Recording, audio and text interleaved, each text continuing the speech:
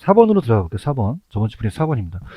4번에 별표를 3개 치시기 바랍니다. 3개. 그래서 이게 감정평가에 나왔던 문제인데, 따라서 지분금융, 매자닌금융, 부채금융.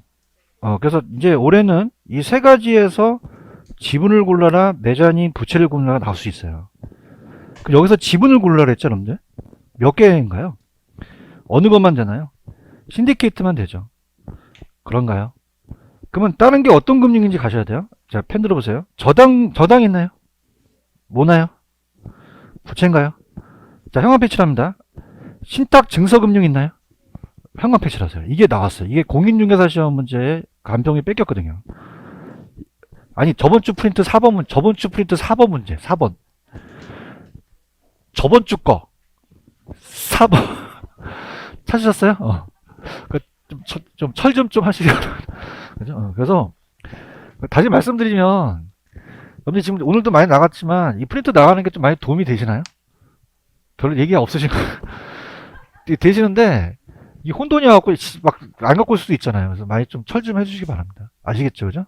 그래서 왜냐면은, 제가 처음부터 저번에도 얘기했지만, 올해는 암기 노트를 만들어 가렸더니, 두 가지는 힘들거든요. 그러니까 우리 꼭 찾으셔서, 저번 주 4번 찾으셨어요? 다시 갈게요. 별표 3개 치셨어요? 올해 이거 나온다는 얘기죠. 그러니까 부채를 골라라, 지분을 골라라, 매자닝인데, 제가 자신 있는 게 간평하고 공인중개 같이 강의하거든요. 이 간평 문제인데, 신탁 증서금융이라는 단어가 있어요. 따라서 담보신탁.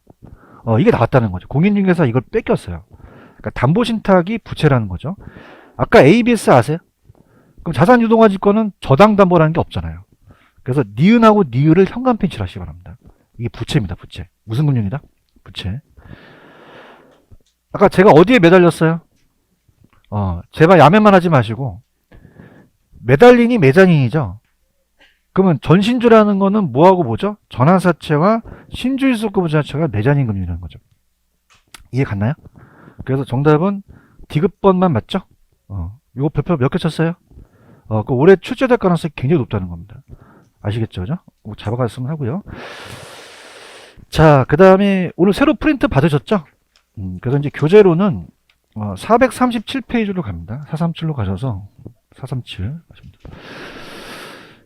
가셔서 이제 부동산 개발 관리론이에요. 그래서 이제 부동산 개발 관리론을 좀 빨리 나가려다가 부동산 금융이 좀 어렵습니다. 그래서 그렇게 해서 보는데 오늘 하이라이트가 왜 아까 MBS 종류 기억나시죠? 콜방어 몇 글자? 3글자. 그런 것들에서 여러분이 꼭 가져가시기 바랍니다. 무슨 말씀인지 아시겠죠? 그죠? 자, 그다음 갑니다. 자, 지금 파트가 부동산 개발이에요. 개발 및 관리론인데, 자, 이쪽 파트 이제 세부적으로 분석해 보면 지금 부동산 이용 파트는 거의 시험 문제가 안 나옵니다. 안 나오거나 한 문제 정도가 배정이 돼요. 그럼 어디가 중요하냐면, 부동산 개발, 개발에서 거의 떠요. 개발이 거의 나온다면은 3문제에서 4문제까지 맥시멈입니다. 그다음에 이제 부동산 관리 파트는 나온다면은 한두 문제 정도 나와요. 자, 부동산 마케팅도 우리가 나온다면 또 한 문제 정도 배정됐기 때문에 여기 위주로 조금 제가 들어갈 거예요. 그럼 이제 그 교재 보시면은 지금 페이지 다시 가셔서 437페이지 부동산 이용 파트라는 단어가 있죠. 그래서 파란 색깔만 가져가세요.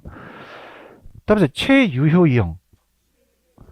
우리가 마두역은 보통 상업용지잖아요. 여기다가 공장 져야 돼요, 주택 져야 돼요, 상가 져야 돼요. 용도가 다양하기 때문에 가장 좋은 상태로 가자는 얘기죠. 그죠? 그래서 이런 것들이 최유용이다.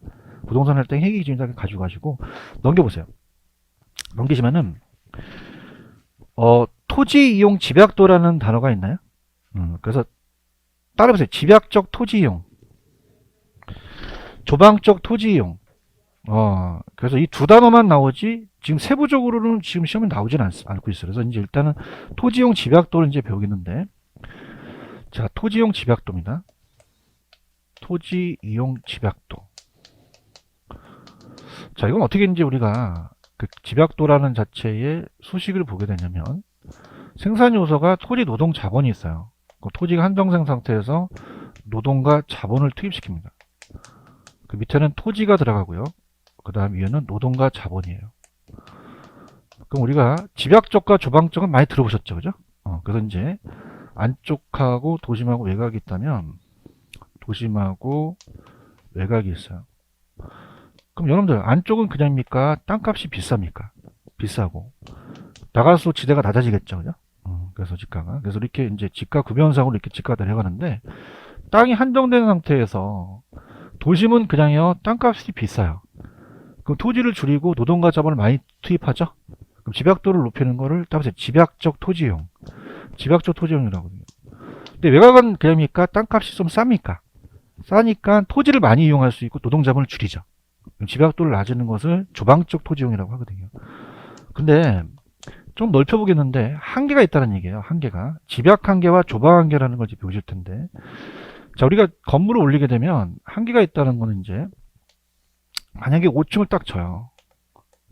손익분기점이라는 얘기 들어보셨죠? 똔똔이. 그래서 손익분기점은 순수익이 제로예요. 손익분기점.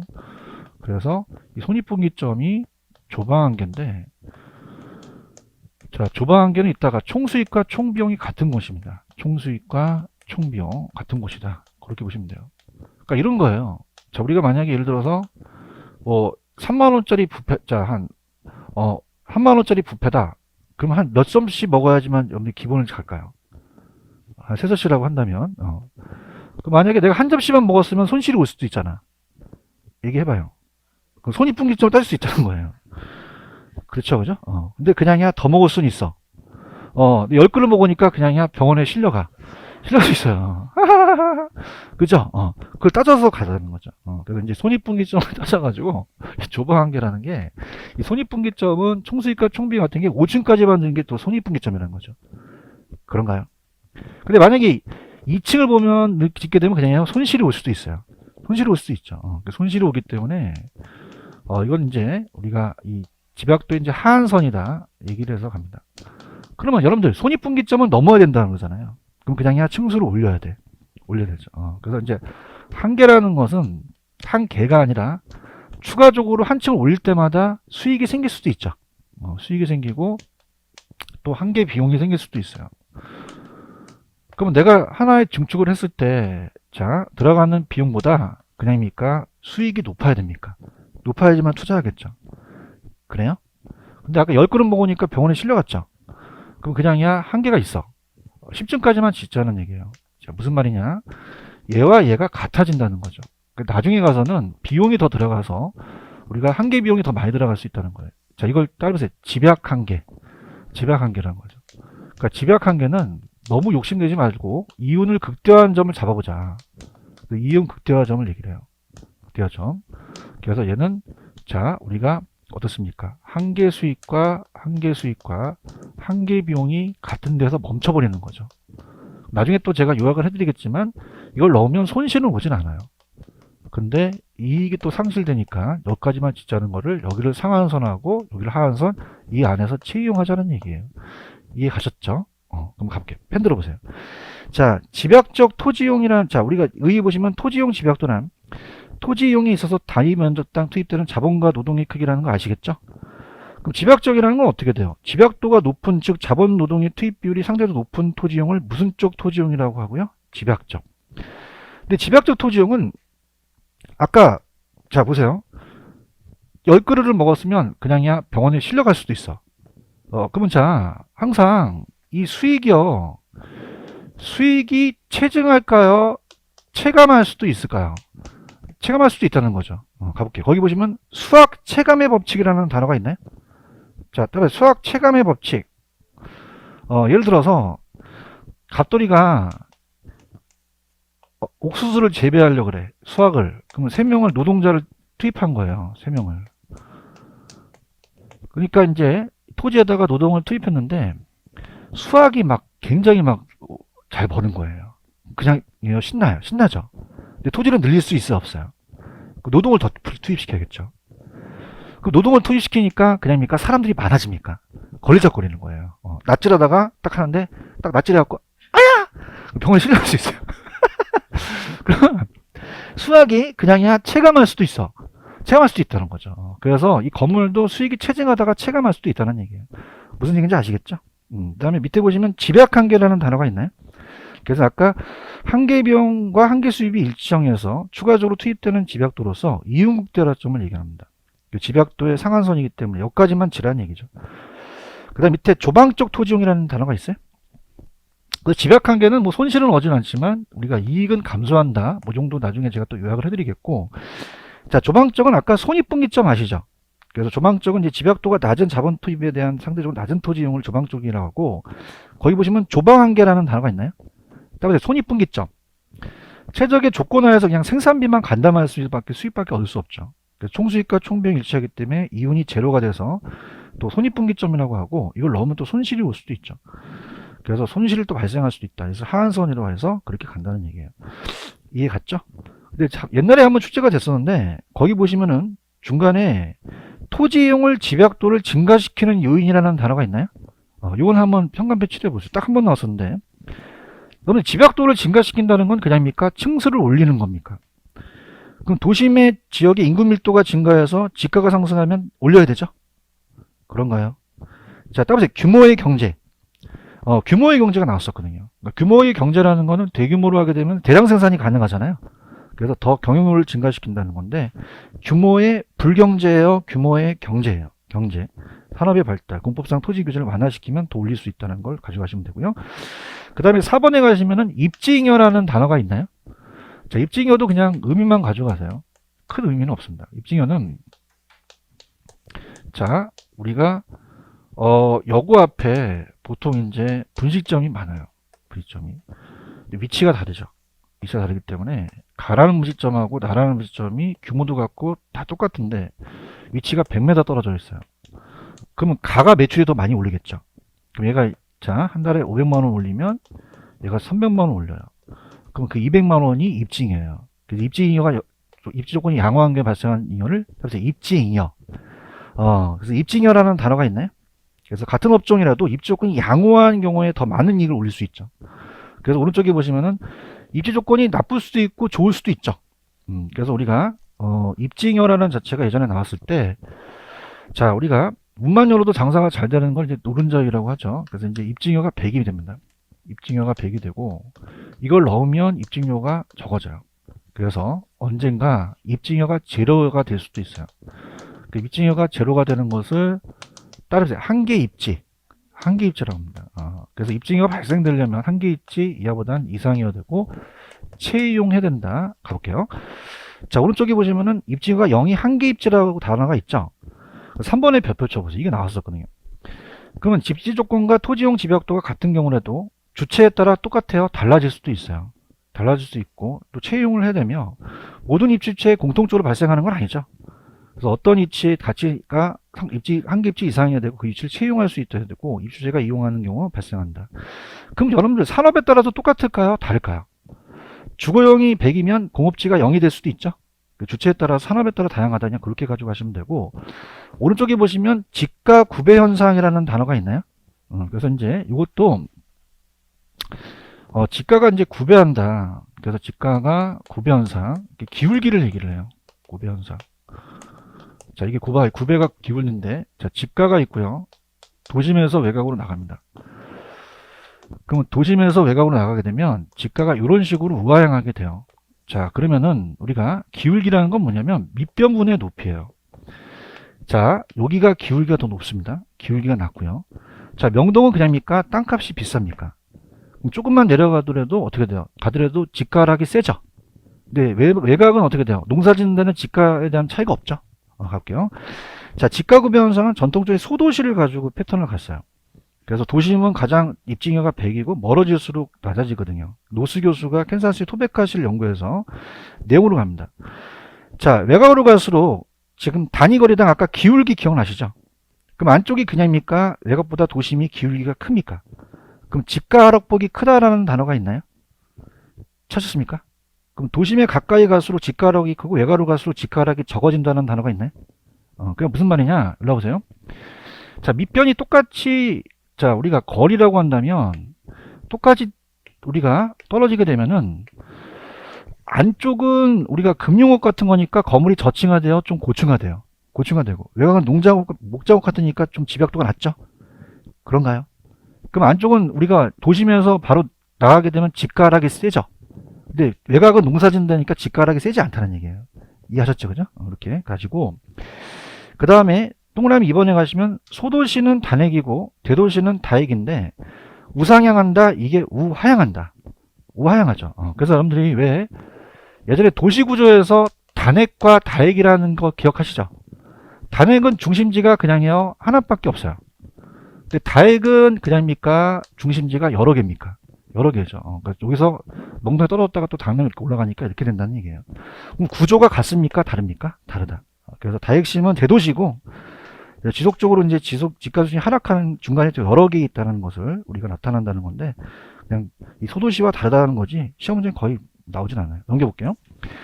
그러면은 오늘 프린트 다 받으셨죠? 그림을 한번 볼게요. 그림 보시면은 책은 잘 쓰셨는데 좀 이렇게 딱 눈에 와닿지 않게 해서 제가 그림을 한번 만들어 봤어요. 자, 따라보세요. 직주 분리, 직주 접근, 그런 얘기가 있죠. 그죠? 자, 갑니다. 이게 뭐냐면, 직주 분리 현상이라는 것은, 직주 분리는, 직장을 도심에 둬요. 직장을 도심에 두다 보니까, 도심은 그냥입니까? 집가가 높습니까? 그럼 주거지를 외곽으로 나갈 수밖에 없죠. 그럼 직장과 주거지가 분리돼요. 주거지가. 나가는 거를 직주 분리라 그래요. 무슨 분리라고 한다? 직주 분리. 나갔다가 이제 교통이 너무 체증되다 보니까 안으로 들어오게 되면 직주 접근이거든요. 그렇죠? 그래서 우리가 일단 용어 정리. 자, 책에 보시면은 직주 분리라는 단어가 있나? 직주 분리는 그냥이야 직장을 도심에 두고 주거지를 외곽으로 나가지. 그러니까 주거가 분리된 거예요. 근데 직주 접근은 어떻죠? 다시 그냥이야 회귀할 수 있어. 그러면 다시 직장 근처에 도심으로 들어오는 거잖아. 나갔다 들어오는 거야. 회귀하는 거. 연어가 회귀한다는 얘기 들으셨죠? 우리가 가을에 집 나가는 며느리 들어오죠? 뭐 때문에 들어와요? 또 그건 시험에 안 나오고. 그리고 직주 분리는 나가는 거고 직주 접근은 들어오게 되는 거예요. 이해하셨나? 근데 제가 지금 여러분들 프린트 보시나요? 그 원인이라는 단어가 있나요? 자, 왜 이렇게 나왔냐 보세요. 자, 나간 거는요, 도심의 집가가 그냥요, 상승해서 나갔어요. 나갔죠. 지금 뭐 하는지 아셔야 돼요. 근데 들어온 거는 그냥입니까? 집가가 하락해서 들어왔습니까? 들어오게 된 거죠. 언더스탠? 이해해야 되는데. 이해 갔어요? 도심의 규제가 심화됐죠? 그럼 어떻게 돼야 돼요? 직주 분리해서 나가야 되는 거죠. 이해 갔나요? 도심의 규제가 완화됐으면요, 다시 들어오게 되는 거죠. 여러분들 나가고 들어온 걸 잘 하셔야 돼요. 도심이 환경이 악화됐어요. 어떻게 돼요? 나가고 개선되면요, 들어오는 원인이 되겠죠. 이거 잡으셔야 됩니다. 무슨 얘기인지 아시죠? 다시 할게요. 도심 재개발이라는 게 있나? 철거되면 어떻게 돼요? 나가고 완료되면 들어오게 되는 거죠. 그런가요? 교통이 발달하면 직주분리에 나가게 되는 거죠. 교통이 체증되면 들어오게 되는, 이거 바꿔낼 가능성이 크다는 얘기입니다. 이해하셨습니까? 무슨 말씀인지 아시겠죠? 근데 이제 결론이라는 건 이제 가볼게요. 직주분리에 대한 그 원인은 같고, 책에 보시면은, 자, 나갔던 사람이 들어오니까 도심 공동화라는 단어가 있나요? 그게 뭐냐면, 이 도넛이에요. 낮에는 사람이 바글바글 하다 뻥 뚫리는 거죠. 그래서 공동화. 그래서 우리가, 직장과 주거지 멀어지면서 도심의 상주 인구가 감소하면서 주간 인구와 야간 인구 현저한 차이가 나는 게 이게 도넛 현상이에요. 찾았죠? 그 다음에 침상도시라는 단어가 있나요? 그럼 나간다는 건 뭐예요? 직주분리의 결과는 침상, 베드타운이 형성이 되겠죠. 결과가. 그 다음에 도심 고동비율이라는 단어가 있나요?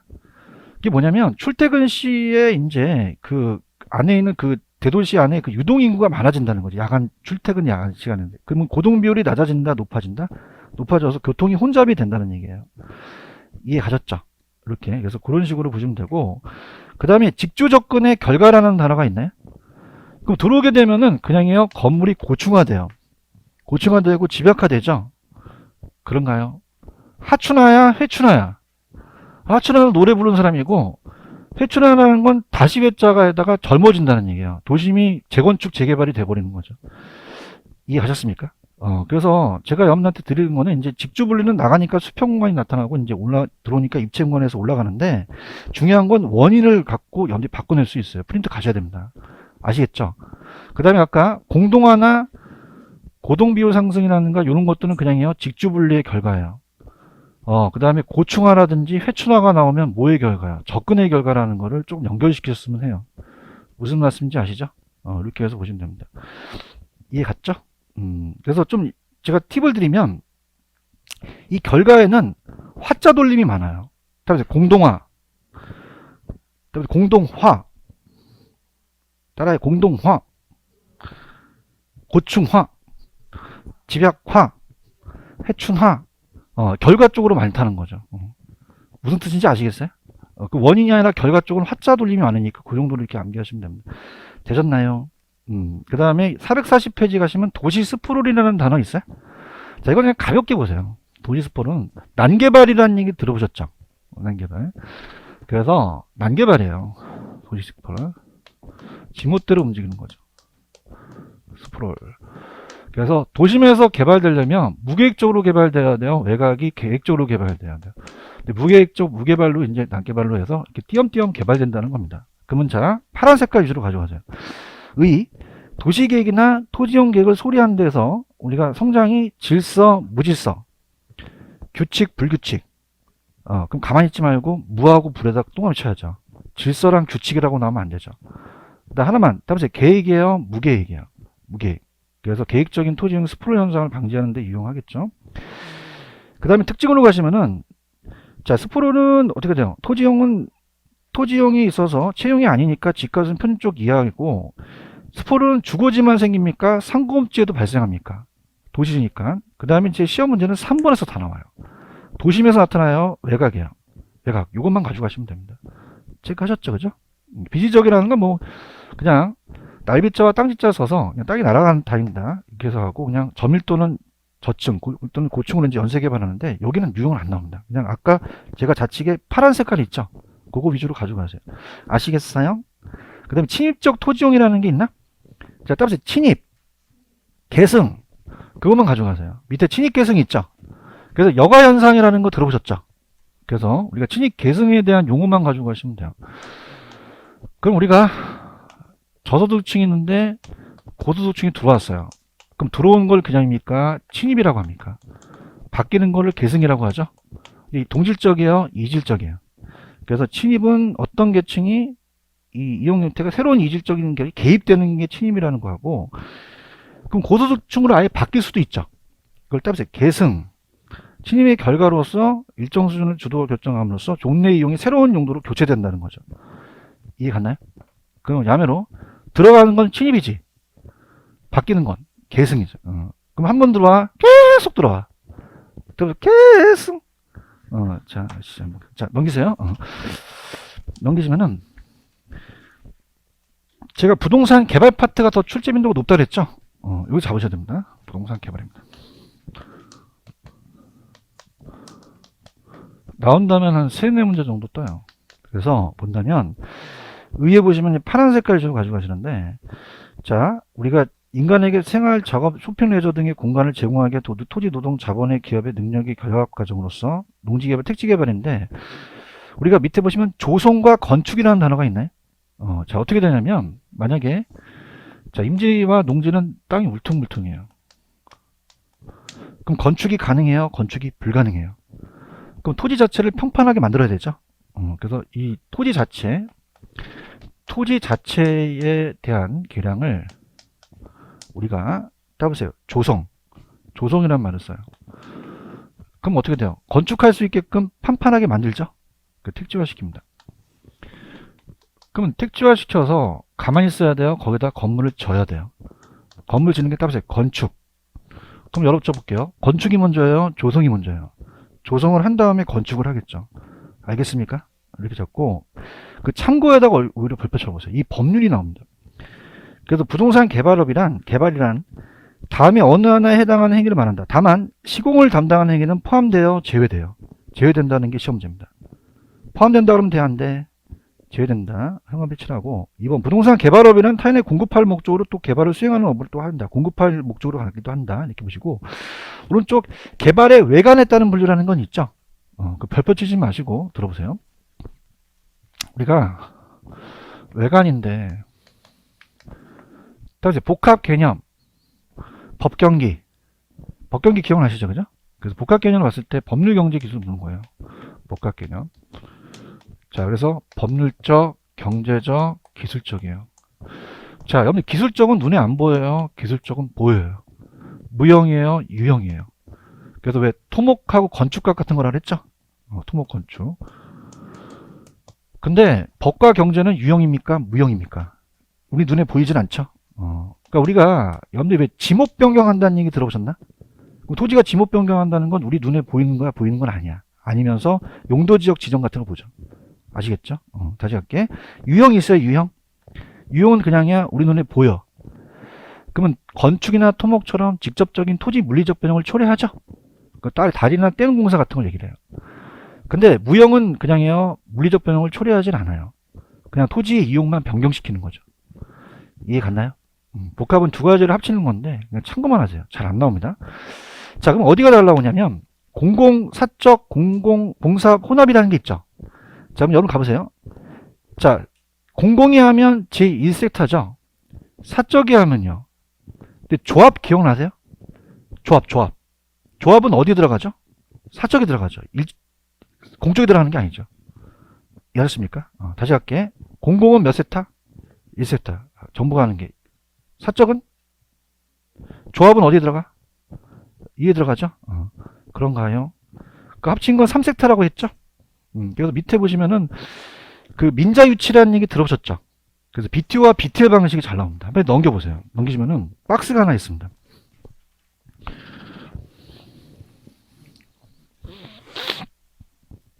뭐하고 뭐가 지금 비교가 되어 있죠? BTO와 BTL이라는 단어가 있나요? 그래서 우리가 민간 투자 사업 방식이에요. 됐다 잘 나와요. 얘가 민간 투자 사업 방식. 빌드라는 것은 민간이 건설을 합니다. 건설한 다음에 우리가 이제 SOC 사업 같은 공공시설 같은 거는 돈이 적게 들어가요? 많이 들어가요? 도로나 철도, 학교, 기숙사 같은 거는 민자 유치할 수 있죠. 그래서 이제 트랜스퍼는 기부 체납한다는 얘기 들어보셨죠?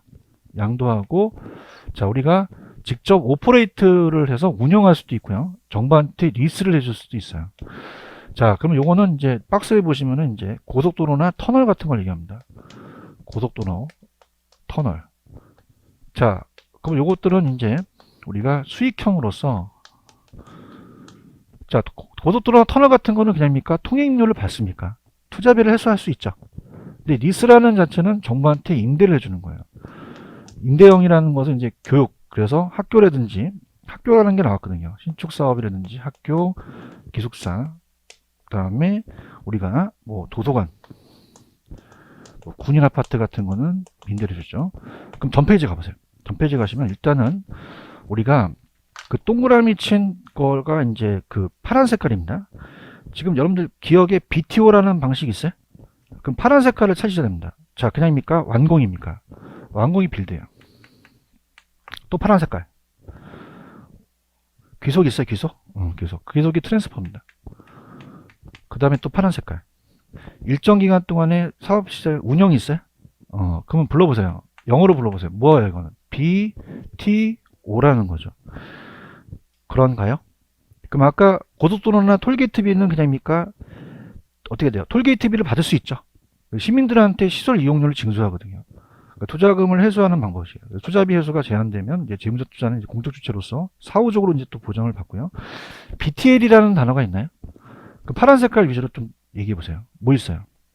준공이 빌드예요. B. 또요? 기속 있어요?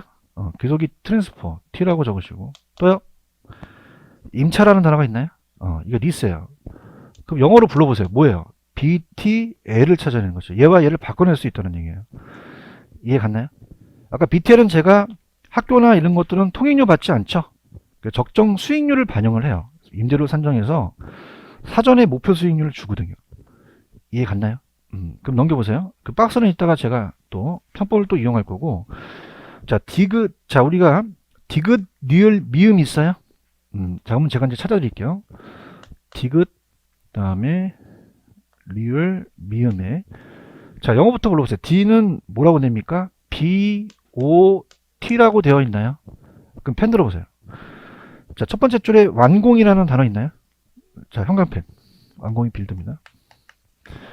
그 다음에 두 번째 운영이라는 단어 있나요? 지금 어디 앉은지 아세요? 운영 오퍼레이터예요. 운영이고. 그 다음에 맨 마지막에 이전이라는 단어 있어요? 그럼 영어로 얘기해 보세요. 어떻게 돼요? B, O, T를 한다는 거죠. 그렇죠? 그 다음에 밑에 BLT라는 단어가 있나요? 자, 그럼 제가 찾아볼게요. BLT는 자, 여러분들 찾아보시는데 못 찾으니까 제가 찾아줄게요. BLT에 준공 있어? 박스. 영어로 뭐야? B죠, B. B라고 적으시고. 두 번째, 임대 있어요? 리스, 임대. 그 다음에, 마지막, 이전, 기부 체납 있어요? 그럼 영어로 불러보세요. 뭐하고 뭐, B, L, T를 찾아내시면 되거든요. 파이팅 하세요. 그 다음에, BO는요, T가 보여요? T가 안 보여요? 기부 체납은 안 하죠, 그죠? 그래서 우리가 빌드하고, 온이 이제 자기가 소유하는 겁니다. 소유했다가 오퍼레이터 하기 때문에 이건 찾아볼게요. 두 번째 줄에 건설 있나요? 동그라미 치시고. 온이 따보세요. 소유 있나요? 소유? 소유. 소유권이 온이에요. 소유하고. 그 다음에 나중에 가서 운영이라는 단어 있나요? 그럼 이건 BOO가 되는 거죠. 찾을 수 있겠죠? 근데 이제 중요한 거는 잘 보세요. 얘네들이 시험제 만약에 들어갑니다. 만약에 완공하고 기속하고 운영하면 BTO 찍으시면 되잖아요. 대답해봐요. 근데 그게 안 나오고 고속도로나 터널로 투자비를 회수해서 수익형이다 그러면 이건 BTO를 찍으셔야 되거든요. 뭐 어떻게 하냐? 자, 따보세요. 터널. 이게 터널이에요. 터널. 따보세요. 터널. 따보세요. 버스. 택시. 어디 지나요? 터널 지나죠. 조용하다. 근데 중요한 건 그냥요. 돈을 받아요. 돈을 받죠. 지금 BTO 있나요? BTO? 지금 444페이지 하고 있는 건 알아요? 다시 할게요. BTO는 뭐라고요? 버스하고 택시하고 터널을 지나니까 고속도로나 터널이잖아요. 그런가요? 그럼 야매가 아니라 그냥이야 돈을 받아.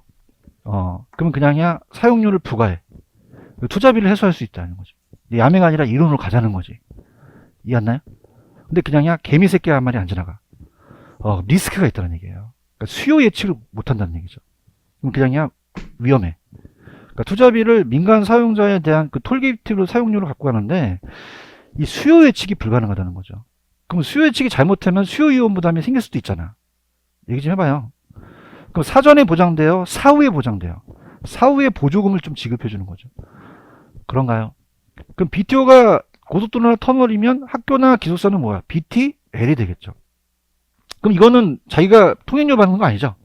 그냥입니까? 임대료를 받습니까? 임대료를 받아요. 그래서 이 최종 수요자한테 사용료를 부과 투자비를 해소하기 어렵죠. 학교 지나가는 중학교 2학년 때 너 1,000원 내 그러진 않잖아요. 그래서 우리가 시설 임대료로 투자비를 해소하죠. 그럼 미래의 수요 예측을 할 필요가 없죠. 그럼 리스크가 적다는 얘기죠. 민간 사업자의 수요율 배제된다. 그럼 사후에 사전에 미리 임대료를 보장받게 해주는 거죠. 이거 할 수 있겠습니까? 그래서 이 두 가지에 비교하는 게 나올 가능성이 높아요. 꼭 체크하세요. 넘기세요. 자, 넘기시면은 부동산 개발에도 가정이 없어요? 가정이 있어요. 있죠. 그래서 이제 거기 보시면은 옆에 뭐 히라가와 이치도는 일본 사람이겠죠. 이게 좀 약해요.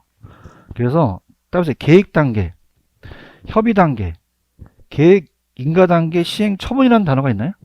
딱 한 번 나왔기 때문에 그냥 계획에다 계좌동을 쳐보세요. 자, 우리가 사업 계획을 하고 협의에 협자동을 쳐보세요. 내가 개발업자는 어떻게 돼요? 토지 매수를 협의해야겠죠. 협의 동그라미 치시고 그 다음에 개가 또 나왔죠. 인에다 동그라미 인가. 인가 받는다는 얘기 들어봤나? 허가한쪽으로 인가 받고 시행하고 처분하거든요. 그래서 따라서 개협 인시처. 그렇게만 가져가세요. 그래서 개협 인시청. 개가 뭐야? 협, 인가, 시행하고 처분하죠. 땅 파고 건물 져서 나중에 분양하는 거죠. 이해 갔나요? 근데 밑에 좌측에 보시면은 워포드의 개발 과정이 있죠? 이게 시험에 나와요. 그래서 우리가 다음에 아이디어, 구상이라는 단어가 있나요? 그래서 아이디어 구상이 나올 수가 있습니다. 나올 수 있고, 근데 아이디어 구상이고, 그 다음에 예비적 타당성은 전실행 가능성입니다. 전실행 가능성이고, 자, 그 다음에 우리가 어떻게 돼요? 부지를 확보한 다음에, 그 다음에 타당성 보고, 그죠? 그 다음에 금융하고, 그 다음에 건설하고, 마케팅하는 단계죠? 찾았나요? 나중에 이제 풀어봤었는데, 다시 한번 제가 그 야매를 이제 문제를 풀 건데, 들어볼게요. 부동산 개발의 과정이에요. 들어갑니다. 그래서, 부동산 개발의 과정. 자, 다음에 구상 단계. 구상이라고 나올 수 있고 아이디어라고 나올 수도 있어요. 그죠? 그래서 사업이라는 것도 생각이 될 수 있고요. 이 구상을 찾고 아이디어라고 나온다. 근데 요즘은 아이디어라고 많이 나와요. 뭐라고 많이 나온다? 아이디어. 그래서 아이디어를 자꾸 따시는 게 좋아요. 아자를. 그 다음에 자, 그냥입니까? 예비적 타당성입니까? 예비적 타당성. 그래서 미리 예비적 타당성을 봐요. 자, 그래서 이거 맞춰서 갈게요. 예비적 타당성. 사업이라는 게 생각됐고. 그 예비적 타당성이라는 것은, 자, 거기 보시면 이제 한문에 전실행 가능성이라는 단어가 있나요? 그 실행 가능성 전에 한다는 거죠. 전실행 가능성. 그래서 여기는요, 자, 수익이 비용보다 크면은 빨리 부지를 매입해야 돼요. 그래서 계략적으로 갑니다. 구체적이에요. 여기는 계략적이에요. 계략적. 그럼 빨리 부지를 확보해야겠죠. 부지를 확보한 다음에 그냥입니까? 타당성을 봐야 됩니까? 타당성을 봐야 돼요. 타당성을 봐서 타당성이 바로 실행 가능성이 되는 거죠. 실행 가능성. 그래서 이 타당성이라는 자체가 실행 가능성이기 때문에 여기 구체적으로 좀 세부적으로 가요. 그 다음에 법경기 세 가지가 있죠. 그래서 법률적인 것도 보고 경제적, 기술적인데 뭐니 해도 경제적이 제일 크죠. 타당성 결과 동일하더라도 채택되어 채택이 안 될 수도 있어요. 안 될 수도 있죠. 그렇게 보시고요. 그 다음에 돈을 빌려요. 돈 빌려서 돈 빌리고 돈 빌려서 그 다음에 건설하고 팔아먹습니다. 팔아먹어요. 거기 마케팅이라는 단어가 있나요? 마케팅에다 별표 쳐보세요. 마케팅이 이제 굉장히 중요한데 우리가 이제 미리 팔 준비를 미리 해야 돼요. 시장 상황이 어떻게 바뀔지 모르니까 마케팅이 이제 우리가 매도하거나 아니면 분양하거나 아니면 임대한다는 거는 개발 초기서부터 해야 됩니다. 중반과 후기로 한다면 안 돼요. 자, 그래서 중반 후기가 아니라 초기 단계 한다. 이렇게 합니다. 자, 그래서 야매는 이따 가고, 자, 밑에 가시면은 구상 단계를 아이디어라고 하죠. 자, 예비적 타당성은 제일 중요한 게 전실행 가능성은 어떻게 돼요? 그냥입니까? 이건 대략적입니까? 개괄적, 예상 수익 개발 비용을 상회할 때고, 감정평가 시험제 나왔는데 사업 시행 이전에 개발 요건 및 개발 잠재력 분석한다면 예 찍으셔야 돼요. 예. 그 다음에 부지를 구입하고, 오른쪽 타당성 있어요? 타당성은 그냥이에요. 실행 가능성이에요. 더 세밀하게 가는 거죠. 공법, 그 다음에 시장, 개발비용, 예상수익. 그래서 복합 개념의 법경류 중에서 가장 중요한 게 경제적이죠. 그래서 경제적이 가장 중요하다. 그래서 어떻습니까? 이 경제적이 가장 중요한 거고, 물리적은 뭐 지형지세, 그 다음에 경제적은 돈이 되는지, 그 다음에 법적은 법적인 거 따져보는 거죠. 그 다음 중요한 거는 4번에 가시면 파란 색깔 하나 있나요? 형광펜. 개발업자의 타당성 분석이 활용집에 따라 개발 사업에 채택됩니까? 그렇지 않을 수도 있습니까? 안 할 수도 있죠. 찾았나요? 자, 근데 왜 요구 수익률이라는 얘기 들어보셨죠? 요구 수익률이 다르기 때문에 그래요. 금융 단계와 이제 건설, 마케팅인데, 마케팅이 별표. 자, 부동산 개발 사업의 성공 여부는 궁극적으로 시장성에 달려있거든요. 달려있기 때문에, 자, 우리가, 거기 보시면 아까 제가, 어때요? 개발 사업 후기입니까? 초기에 합니까? 초기에 수행할 필요가 있다라는 단어가 있나요? 그 다음에 이제 제가 문제를 읽다가 냈는데, 임차자를 선정해야 돼요. 임대할 때. 그래서 이제 우리가 가장 키가 되는 중요 임차자를 선정하거든요. 백화점이라는데, 알만한데. 그럼 중요 임차자를 사후에 확보해야 돼요? 초기서부터 해야 돼요? 초기서부터 해야 되죠. 또 초기서부터 한다. 이렇게만 알아두시면 됩니다. 자, 그러면, 자, 처음 오신 분들을 위해서 제가 옛날에 그 기출문제를 풀었는데, 자, 따라서 아이디어, 예비적 타당성, 부지확보, 타당, 금융, 건설, 마케팅이라는 거죠. 기억나시죠? 그죠? 그래서 어떻게 잡냐면, 자, 따보세요. 예. 불타는 금요일에는 건마와 함께. 빨리 문제로 갑니다. 문제로 가서, 자, 486페이지로 한번 가보세요. 486페이지 가시면은 저랑 한번 찾아볼게요. 486으로 가십시오. 자, 486에 5번 문제 있나요? 자, 따보세요. 예. 그럼 아이디어부터 찾아야지. 여러분들 화이팅 하셔야 됩니다. 보이시나요? 가 뭐예요? 아이디어죠. 그럼 예를 찾아야 돼요. 예비적 타당성인가요? 그럼 디귿 다음에 니은 놓는 것만 찾으면 되네요. 그럼 1번밖에 없잖아요. 가자. 아시겠어요? 그럼 완성시키자. 예. 못하는? 부가 부지잖아요. 그죠? 나만 신났어, 아주 그냥. 그죠? 그 다음에 불타죠, 타당성이죠. 금요일이 빠졌죠, 금요일이 빠졌어요. 건마가 들어가는 거죠. 무조건 맞추셔야 돼요. 맞출 수 있겠어요? 근데 여기서는 아예만 나오면 맞았던 문제였던 거죠. 오케이? 오케이. 알았어. 그 다음 넘어가 볼게요. 자, 넘기시면은, 자, 일단은 우리가 페이지로는 448페이지로 가시면 448로 한번 가보세요.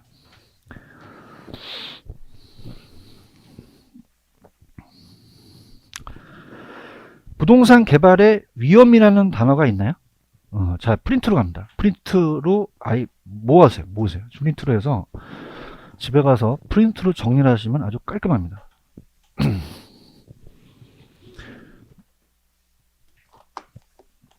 자, 부동산 개발의 위험이라는 제 프린트 있나요? 그래서 제가 어떻게 암기를 하냐면, 내가 개발업자인데 옆에 개발업자하고 시비가 붙었어요. 법적으로. 따라봐. 법 시비. 찾았어? 그래서 법 시비. 법이 뭐야? 시가 뭐야? 비가 뭐야? 이 세 가지가 이 개발의 위험이에요. 암기할 수 있어요? 자, 뭐가 붙었다고? 법에 시가 붙은 거죠. 그래서 나만 신났어. 법에 뭐가 붙었어? 시비가 붙었죠. 법 시비를 암기하셔야 돼요. 지금 보고 계시나요? 자, 그래서 이제 갑니다. 부동산 개발의 위험이에요. 부동산 개발의 위험. 자, 법 시비에 법률적이라는 단어가 있죠. 그러니까 법률적은 법이 바뀌어요. 나한테 불리한 입장으로 다가오는 거죠. 법률적이요. 갑자기 이제 뭐 그린 벨트를 묶인다거나 나한테 불리하게 작용합니다. 그러면 우리가 거기 공법이라는 단어가 있나요? 자, 공법 시간에 토지 이용 규제라고 들어보셨죠? 그러면 토지, 만약에 시험 문제가 이용 규제 측면은 사법이에요? 이건 공법이에요. 공법이고, 사법이 있나요? 사법은 무슨 건과 관련된다고 되어 있나요? 소유권이죠, 소유권. 프린트 도움 되시나요? 자, 잡으셔야 돼, 이제. 그죠? 그러면 시험 문제가, 예전에 제가 냈을 때 소유권과 관련되는 건 무슨 법이고? 사법이고. 토지 이용 문제와 관련된 건 공법이다. 이거 두 개 바꿀 수 있다는 거죠. 그렇죠? 그러면 그냥 해야 돼요. 위험을 줄여야 돼요. 그럼 이용 계획이 확정된 토지를 구입해야겠죠? 그래서 우리가 미리 토지 이용이, 자, 우리가 어떻습니까? 토지 이용에 대한 계획된 확정된 토지를 구입해야 됩니다. 계획된, 우리가 확정된 토지를 구입하는 거죠. 여기까지 이해 가시겠습니까? 시장은 안 변해요. 변할 수도 있어요. 경기가 침체돼서 고질이 생길 수도 있죠. 불확실합니다. 시장위험이에요. 시장위험. 그래서 우리가 예전에 시장 조사를 통해서 줄일 수 있다고 나온 적은 있었거든요. 그러면 세 가지입니다. 시장연구라는 단어가 있나요? 시장연구는 특정 부동산의 수요 공급이라는 단어가 있죠. 동그라미 쳐보세요. 자, 특정 부동산의 수요 공급. 그럼 수요 공급이 나오면 이건 시장성이야, 시장이야? 시장, 선행하죠. 자, 시장성이라는 단어가 있죠. 이 시장성은 이제 거래될 수 있는 능력이에요. 그래서 이거는 개발된 부동산의, 자, 매매임대라는 단어가 있나요? 그 매매임대가 나오면 이거는 못 찍으셔야 돼요. 시장이에요, 시장성이에요? 시장성을 찍으셔야 돼요. 이거 바꿀 수 있어요. 그러면 자 얘기해 보세요. 시장성이 먼저입니까? 시장이 먼저입니까? 시장은 몇 글자? 두 글자. 시장성은 세 글자가 되는 거죠. 그런가요? 그럼 이제 수요금 나오면 못 찍고, 매매 임대 나오면 시장성. 내 여기까지 안 하려는데, 답세 성매매. 자, 나도 초라해, 씨. 자, 힘들어 죽겠어, 씨. 웃은 사람은 공부한 거야. 그지? 맨날 헷갈렸지, 그지? 안 웃은 사람은, 아유, 이게 왜 그래, 그러지 말고, 헷갈려. 다시 갈게. 수요금 나오면, 매매 임대 나오면 시장성이에요. 바꿔내. 잘해. 아시겠죠, 그죠? 이렇게 하고, 흡수율 분석이라는 게 있어요. 그 흡수율이 이제, 우리가 분양률이에요. 분양률이 낮아야 돼요? 분양률이 높아야 돼요? 높아야 되죠. 그래서 이따가 이제 흡수율이라는 용어 정리를 할 겁니다. 그래서 일정 기간에 미시적이고 구체적인데, 과거 추세 분석이 목적입니까? 미래가 목적입니까? 미래 예측이 목적이라는 단어가 있나요? 요게 나옵니다. 미래 예측 목적. 찾으셨어요? 그 다음에 이 비용이라는 거는 추가적이라고 적어놓으세요. 앞에 추가적. 추가적 비용이 더 들어갈 수 있습니다. 추가적 비용. 그래서 우리가 만약에 지금 한 공사가 한 180억인데 한 320억 달릴 수도 있잖아. 그럼 따라서 최대 가격 보증 계약. 거기 최대 가격 보증 계약이라는 게 있나요? 아직 나오진 않았어요. 최대 가격 보증 계약은 최대 가격으로 계약을 맺어요. 그럼 만약에 200억을 했다? 그럼 추가적인 비용은 들어가요? 비용은 안 들어가요. 안 들어가는데 건축비가 그냥입니까? 상승될 수도 있습니까? 그 다음에 만약에 이따가 책에 보시게 되면 만약에 추가적으로 못 받게 되면 부실공사가 될 수도 있죠. 이런 것들. 그래서 비용은 이제 중요한 거는 자 이거는 인플레가 약할수록 더 생길까요? 인플레가 심할수록. 개발기간이 짧을수록 개발기간이 길수록 더 생기는 거죠. 이해가셨죠? 그 다음에 옆에 보시면은 조그만 박스가 하나 있나요? 자 이거는 뭐냐면 여러분들 그 448페이지 가시면 밑에 그래프가 하나 있어요. 보세요. 448에 그림이 하나 보이시죠? 보시나요? 자, 이건 매수자의 시장 위험입니다. 누구의 시장 위험이다? 매수자. 매수자의 시장 위험을 얘기를 해요. 시장 위험. 그래서 시간이 이제 갈수록 매수자의 시장 위험은 어떻게 되냐? 그 다음에 이제 가치, 부동산의 가치는 어떻게 되냐? 자, 이게 초기서부터 완공률이 이제 후기까지입니다. 가면은, 자, 아까 제가 매도를요, 후기 하는 게 좋아요? 초기 하는 게 좋아요? 초기 하는 게 지시장 위험을 줄이는 거예요, 매도업자가. 그렇죠? 그 매도자는 후분양해야 돼? 선분양해야 돼? 선분양해서 얘한테 팔아 제끼죠? 그럼 어떻습니까? 매도자는 어때요? 초기에 매도하다 보니까 지 시장 위험은 줄여요. 근데 그냥입니까? 매수자의 위험은 커집니까? 지금 그래프 보고 있나? 보고 있어요? 그럼 이건 매도자야, 매수자야? 매수자의 시장 위험은 커진다는 거죠. 그렇죠? 그럼 갈수록 이렇게 낮아진다는 거고. 근데 중요한 거는 그냥입니까? 가격을 좀 싸게 팝니까? 낮게 파는 거죠. 그럼 가치가 이렇게 올라갈 수도 있다는 얘기예요. 이해 가셨나? 그러면 제 박스로 가볼게요. 지금 매도 분양 박스 있어요? 자, 매도자와 매수자는 다르겠죠. 매도자는 그냥입니까? 초기에 팝니까? 그럼 자기의 위험을 줄이겠죠. 이 박스를 이해하셔야 돼요. 후기로 갈수록 매도자 위험이 커지겠죠. 근데 부동산 가격은 초기에 높게 잡아야 돼요? 낮게 잡아야 돼요? 낮아진다는 단점이 있는 거죠. 근데 어떻게 후기로 갈수록 부동산 가격이 높아지겠죠. 그런가요? 아까 그래프는 아까 매도자였습니까? 여기 책에는 매수자의 시장 위험이었습니까? 그렇죠. 매수자는 어떻게 돼요? 초기에 매수자에 대한 위험은 높아지겠죠. 그렇죠? 그러니까 매수자의 위험이냐 매도자의 위험이냐를 꼭 좀 가져가셔야 됩니다. 지금 보고 계시죠? 그럼 출제 포인트로 가볼게요. 출제 포인트 다 왔어 이제. 출제 포인트로 가시면은 자 법률적 위험에서 공법 사법이 구분돼야 되죠. 법률적 위험을 최소한 이용 계획이 확정된 토지를 구입해야 되고 자 수요공급 나오면 그냥이야 시장 연구야 선행하고 매매 나오면 뭐야 시장성 연구가 후행한다는 거죠. 그런가요? 흡수율 파악은 과거 현재 추세 파악의 목적이 있나요? 미래 예측의 목적이 있나요? 미래 예측이 있고 비용 위험을 줄이기 위해서는 최대 가격을 맺었죠. 사업비가 좀 높아지고 또 거기에 대한 또 부실 공사가 처리될 수 있다는 거죠. 이해하셨죠? 이렇게. 자 그러면은 그렇게 가지고 그 다음에 이제 제 문제를 풀기 전에 자 이런 게 있어요. 자 지금 책에 보시면은 448페이지를 가시면은 4번에 부동산 개발의 위험에 파란 색깔 하나 있나요? 자, 개발에 따르는 위험은 개발업체가 통제가 가능할 수 있고 통제가 불가능한 위험도 있죠. 그럼 오른쪽에 예제 문제 틀린 게 3번인데 3번에 가볼게요. 부동산 개발 사업의 진행 과정에서 행정의 변화라든지 사업 인허가가 지연됐죠. 그럼 스스로 관리할 수 있어요? 관리가 안 돼요. 통제가 불가능한 위험이라는 거죠. 요거 이해 가셨죠? 됐습니다. 그럼 프린트 1번 풀어봅니다. 스타트. 프린트 1번.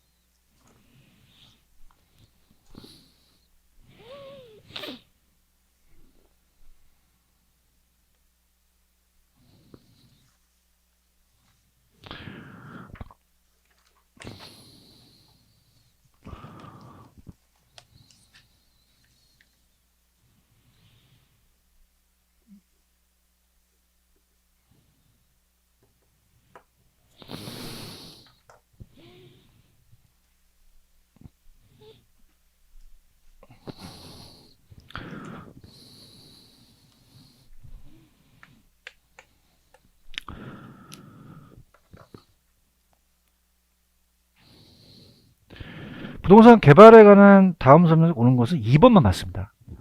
아까 흡수율 분석 아시죠? 다음 주에 또 흡수율 분석의 정의를 갈 거예요. 근데 흡수율 분석은 과거 추세의 목적이 있어요? 미래 예측의 목적이 있어요? 미래 예측의 목적이 있죠. 흡수율은 다시 또 다음 주에 후수랍니다. 2번이 정답인가요? 개발 사업의 타당성 분석 결과 동일한 경우에도 개발업자가 채택될 수 있고 그렇지 않을 수도 있는 거죠. 그런가요? 자, 3번이 기출인데요. 개발 사업의 부지에 군사시설 보급이 일부 포함되어 있다는 건 고법 문제잖아요. 지금 사업이 지연됐다는 건 시장이에요. 이거는 법적이에요. 법적이죠. 그런가요? 그럼 아까 비용 위험을 줄이기 위해서 최대 가격 보증 계약은 사업비가 낮아질까요? 오히려 높아질까요? 높아진다는 단점이 있는 거죠. 아까 중요 임차자 선정했죠. 그럼 개발 사업 중반에 가는 게 좋아요? 초기 단계에서 가는 게 좋아요? 초기 단계니까 정답은 2번이 정답이 되겠죠. 그렇죠? 그 다음에 2번에 1번이 왜 틀렸는지만 지적하세요. 요것만 하고는 마치도록 하겠습니다. 2번에 1번이 틀렸거든요.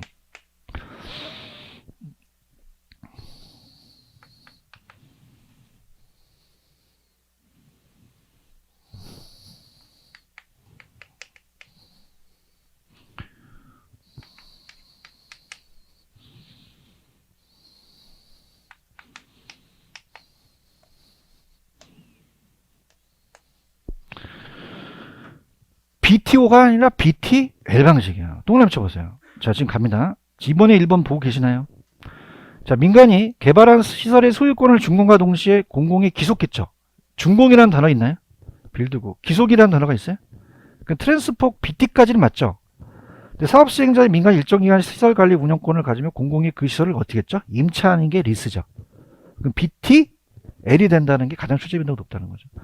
거기까지만 풀고 다음 주에 프린트 갖고 오세요. 그래서 오늘 여기까지만 하겠습니다. 여러분들 수고하셨습니다. 감사합니다. 예.